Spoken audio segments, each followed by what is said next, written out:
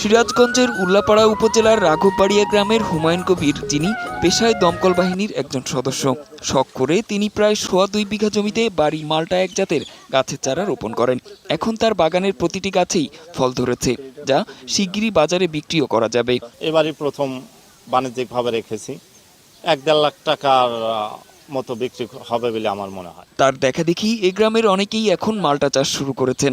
বাজারে এই ফলে চাহিদা থাকায় লাভের ব্যাপারেও আশাবাদী কৃষকেরা। এখানে মামার মাল্টা চাষ দেখে অনেকেই উদ্বুদ্ধ হয়েছে। ওনার বাগানটা দেখে আমি আর একটা বাগান করার চিন্তা ভাবনা করছি। কাজ করে ইনশাল্লাহ আমাদের সংসার মোটামুটি অনেক ভালো চলে। স্থানীয় কৃষি কর্মকর্তারা জানালেন, মাল্টা চাষে আগ্রহী কৃষকদের পরামর্শ দেওয়ার পাশাপাশি সব ধরনের সহযোগিতা করা হচ্ছে।